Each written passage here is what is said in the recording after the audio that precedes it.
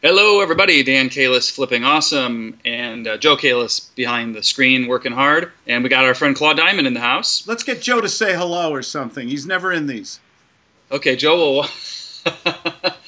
Joe didn't shave today. Oh no! But there he is. There he The is. Chicago Blackhawks are in the playoffs. We don't shave. Oh, okay.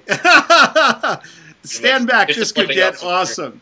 I'm sure everybody cares about it. We're going to need to put this out right away. It's contemporary. Yeah, well, even if it's 5 years from now, maybe we'll see what happens. Anyway, so the question is, Mr. Diamond, we were talking before about ABC always be closing, always be consulting, the whole notion of that. You can watch the other video. But how do we flip the script? The gut sales system talks a lot about kind of counterintuitiveness and really just kind of getting emotion. How do we get the prospect to actually pitch or actually close us? There's a difference there. How awesome would it be if we could do that? You know, a great question. Gosh, I love that. You know, did you ever go to buy something and you were enthusiastic? You knew you wanted to buy it. You did the research. You read your consumer reports and everything. You were motivated and you just wanted some other information to consummate the sale.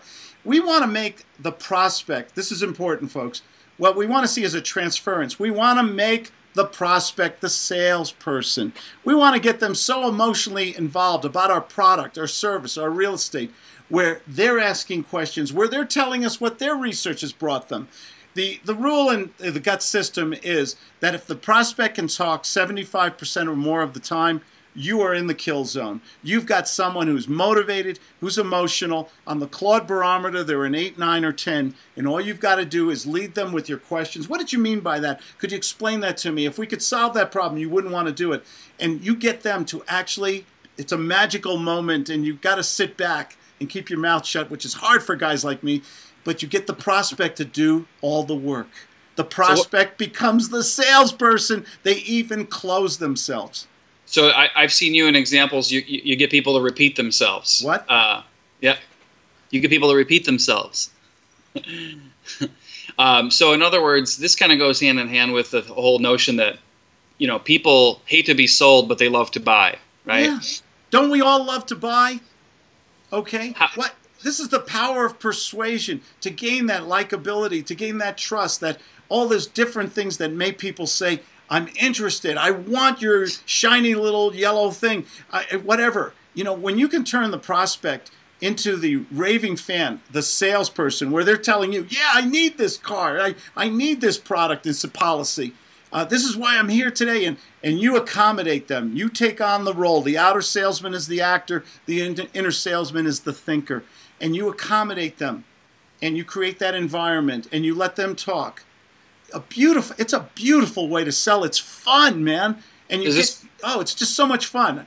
Does this have to do with the old takeaway sale, kind of like people want something that they can't have, or you might tell them they're going to say, well, why should I do that? Why should I listen to you? Why should I do that? Well, maybe you shouldn't. Maybe you shouldn't, Mr. Prospect. Maybe it's not right for you. Maybe it's not comfortable for your budget. Why are we even talking today?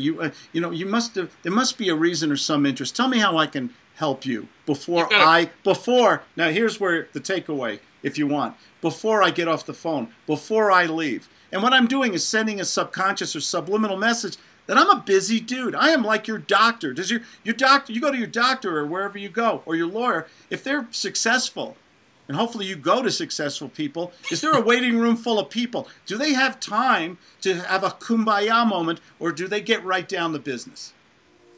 Sounds good to me. What is the message you're saying to your prospect? Let the prospect do all the work and sit back and have a lot of fun with gut selling. So some people say sell or be sold, but we say don't sell, be sold. Yeah. Let the prospect be so enthusiastic, so motivated, so interested in what you're doing, whether it's real estate or cars or whatever, that you're not sitting there giving that slideshow presentation that everybody's going, you don't want that. And there's a better way to sell. Make this prospect into the salesperson. I love it. All right, we'll do that. That's our battle cry. So anyway, this has been another little session, awesome tips with Mr. Claude Diamond, the mentor, ClaudeDiamond.com. Visit us at flippingawesome.com. This is Dan Kalis signing out. Take care, guys.